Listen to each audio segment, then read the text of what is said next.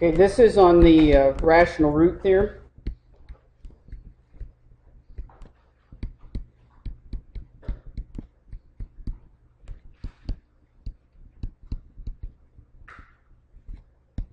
We said earlier when we started this chapter, one of the goals is we want to get to where we can solve an equation with a degree greater than 2. Okay? The first thing the author covers in this is the fundamental theorem of algebra.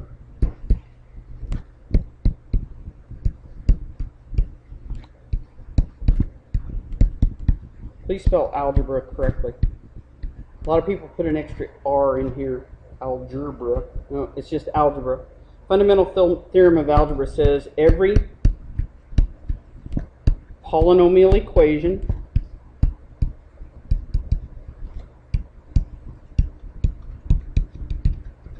with a degree, every polynomial equation with a degree greater than 0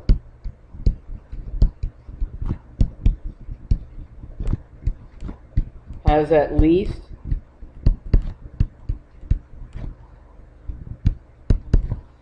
one root. Now, your calculator is going to call it a 0. It has at least one 0. Some authors call them roots. Some authors call them solutions. In the set of complex numbers.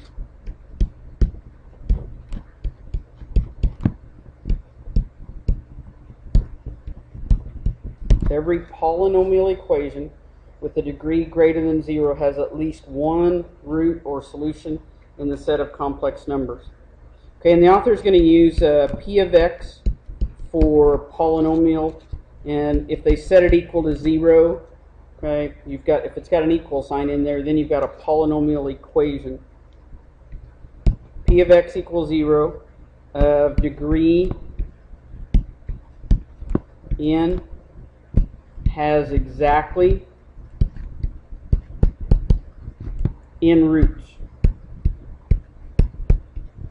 Okay, so as an example, if I give you a polynomial equation like this, x to the 4th minus 2x cubed plus 3x minus 5 equals 0.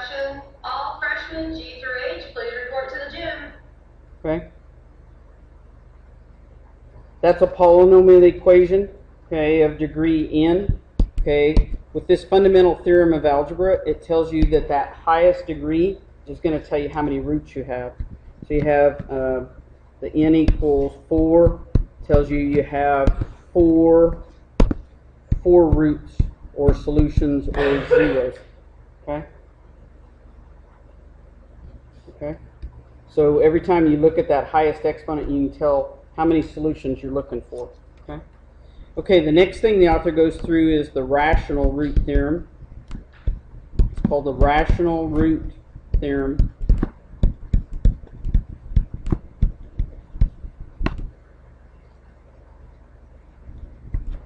Okay, now I'm going to write out a polynomial equation in general. Let, okay, a sub 0 x to the n power, a sub 0 x to the n power plus a sub 1 x to the n minus 1 power plus, and then show 3 dots to show that we left out terms, plus a sub n minus 1 x, and that'd be like x to the first, plus a sub n equals 0. Let that represent a polynomial equation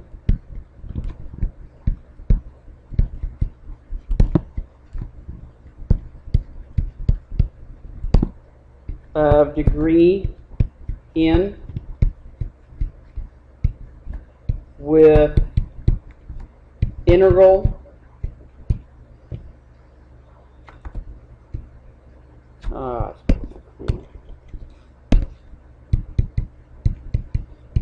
that's the adjective form of the word integer.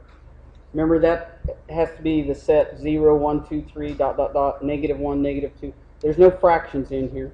With integral coefficients,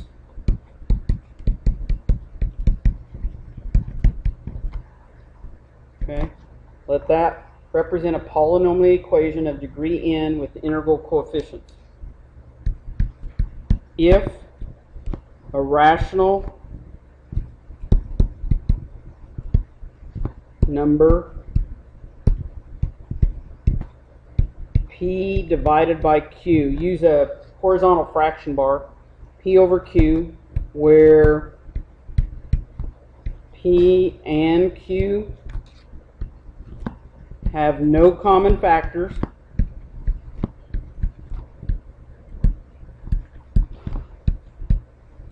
what's that mean where p and q have no common factors? If you look at a fraction like this and p and q don't have any common factors, what's that tell you about that fraction? It's reduced. It's already simplified down. Okay? Okay? Is a root of the equation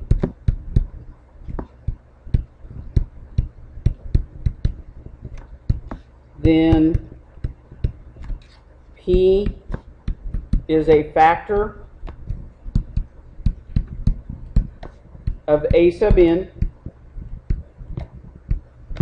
and q is a factor of a sub 0. Okay, if a rational number p over q, where p and q have no common factors, is a root of the equation, then p is a factor of a sub n. Okay, label that. Let's highlight that. Okay. Okay, p is a factor of a sub n, and q is a factor of that leading coefficient. Okay, label those. Okay. Okay, now let's look at an example. So this kind of will start making sense. Okay. As an example, say they ask you to find the roots of x to the third power minus 2x to the second power minus 5x plus 6 equals 0. It's x to the third minus 2x to the second minus 5x plus 6 equals 0. Find the roots. First thing you want to do is list, we're going to break this down a little bit, list the possible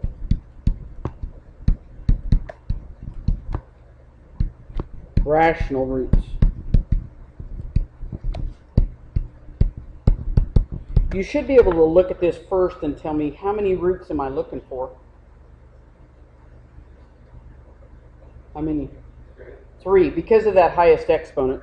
Okay, that tells you, okay, I'm looking for 3. Now, possible rational roots. Okay? The ones that are possible are factors of 6, and we're looking for p over q. P is a factor of the constant, okay, and q is a factor of that leading coefficient. Okay? Please excuse this interruption. At this time, all freshmen J through O, please report to the gym. Okay, so it's all the factors of 6. So factors are all the numbers that multiply together to give you 6. So factors of 6 would be like positive or negative 1, positive or negative 6, positive or negative 2, and positive or negative 3. Okay? And they are, the p and q are integers. Okay? And then if we divide this by factors of q, factors of 1, if you divide by 1 or negative 1, is that going to change it? No. Okay? Okay, now, what you do is you do synthetic division, and you divide, you take each one of those, and you divide by synthetic until you get 0 for a remainder. Okay? So, divide by 1. Okay, everybody stop. Okay. Everybody rewrite the problem. Rewrite this much. Okay? Everybody got it? Okay, and we're going to divide by 1. Okay? Okay, so add going down, and then multiply. Add going down, multiply. Add going down, and then multiply. And you get 0 for remainder. As soon as you get 0 for remainder, then this is a solution. Okay? Now, here's the critical part about this. When you're doing the synthetic division, okay, once you get 0 for a remainder, now you work with this bottom row. You don't ever go back to the top row. Okay? You always work with the depressed row. In fact, this was an x to the third, so now this is an x squared. Okay? So with the x squared row, you could go factoring, quadratic formula, complete the square. Okay? Okay? Did anybody else get 0? Finish your problems. With the one I gave you, I didn't give anybody. Oh, that's why. Okay. Let's divide by -2. Okay? And you divide this bottom row by -2. Okay? First step, add going down. Then multiply. And add going down. Multiply. And add going down. Okay? So that tells you this is also a root. Okay? Or a solution. And this was an x, this one, original one, was an x cubed. Okay, this was an x cubed, this row is an x squared, this is an x. So you're down to x minus 3 equals 0. And then if you add, you'd get x equals 3. Okay, there's your other answer. Okay, so you have 3 answers. X equals, if you look at this, x equals 1, x equals -2, and x equals 3. Okay? Those are your 3 roots or solutions. Okay, now I said it. Okay, did you write it down? Okay, once you get one of these to work, okay, and you get this bottom, you get a remainder of 0. You always work with that depressed row. You never ever go back. Let me explain why. Like if I was working with an x to the 5th row, I'd be down to an x to the 4th row.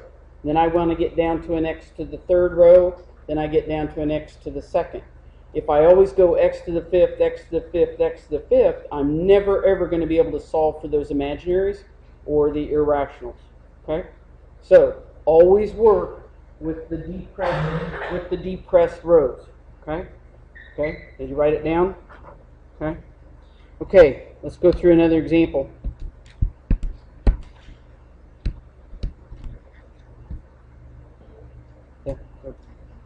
Okay, find the roots of 2x to the 3rd plus 2x squared plus 8x plus 8 equals 0.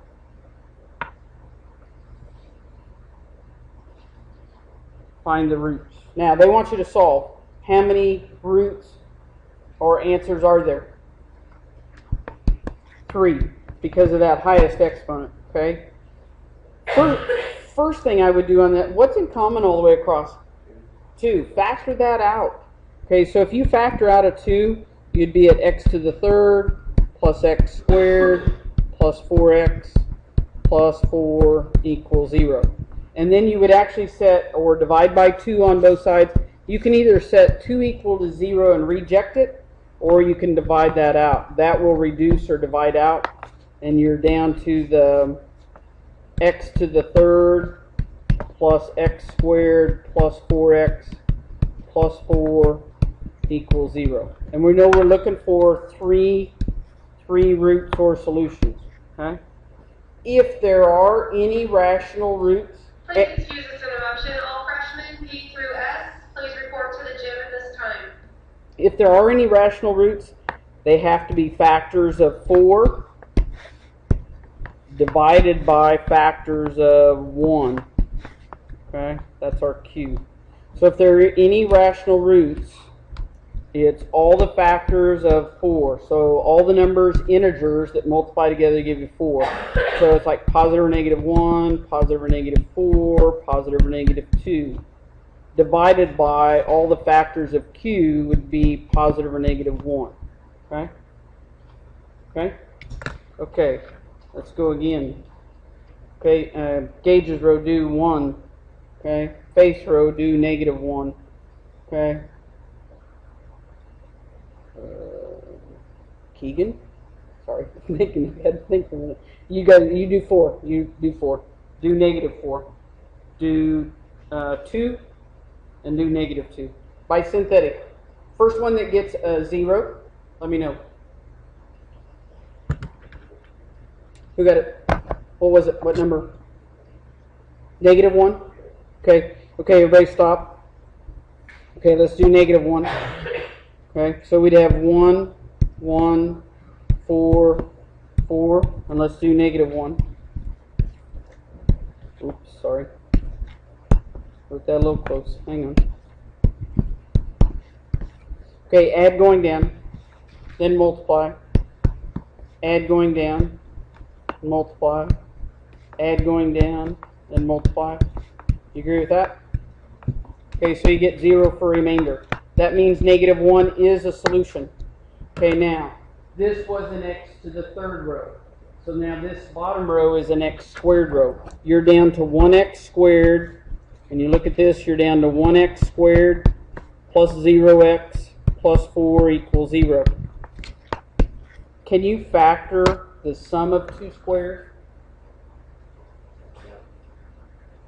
No. You can factor the difference of 2 squares. No matter how hard you try, you're going to end up with a middle term. Okay, so the easiest way to solve this is just subtract 4, take the 4 to the other side, take the square root of both sides, okay, and you'd end up with x equals.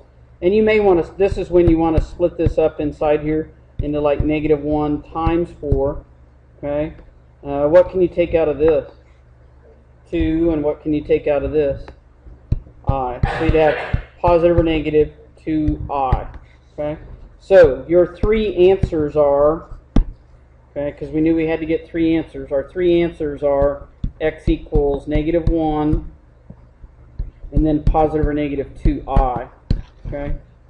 So 2 of our answers happen to be imaginary. Okay. Okay. One more example.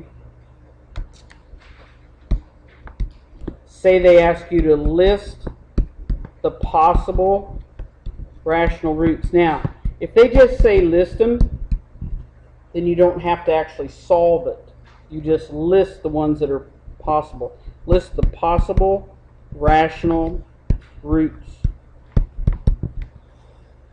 Okay, say I give you 2x cubed minus 5x plus 7 equals 0. Okay, the possible rational roots are factors of 7 divided by factors of 2. So our possible rational roots, all the factors of 7. Okay, so that's positive or -1 and positive or -7. Divided by all the factors of 2. Factors of 2 would be positive or -1 and positive or -2. Well, if I divide these by positive or -1, that would not change them. But if I divide by 2, okay, that would make that positive or -1/2 and positive or -7/2.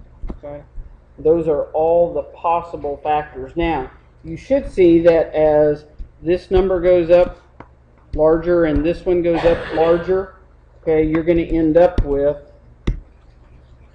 more possibilities. Let's do another one. Same directions. Possible rational roots. Okay. Say I give you 4x cubed minus 5x plus 3 equals 0. It's all the factors of 3 divided by all the factors of 4. Okay. So our P over Q, all the factors of 3, positive or -1 and positive or -3. Now, what I don't want is I don't want a big line down here at the bottom. Okay? You got to list, because I can't tell what your answers are that way. You got to go through now and say all the factors of 4. Well, if I divide by positive or -1, that won't change these. But if I divide by positive or -4, And then if I divide by positive or negative 2, okay, then you have all the possibilities. Okay? So you've got to list them out. Don't just give me a long division symbol. Okay?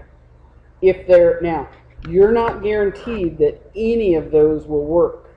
But if there are any rational solutions, they have to be in that set of numbers. Okay? Okay.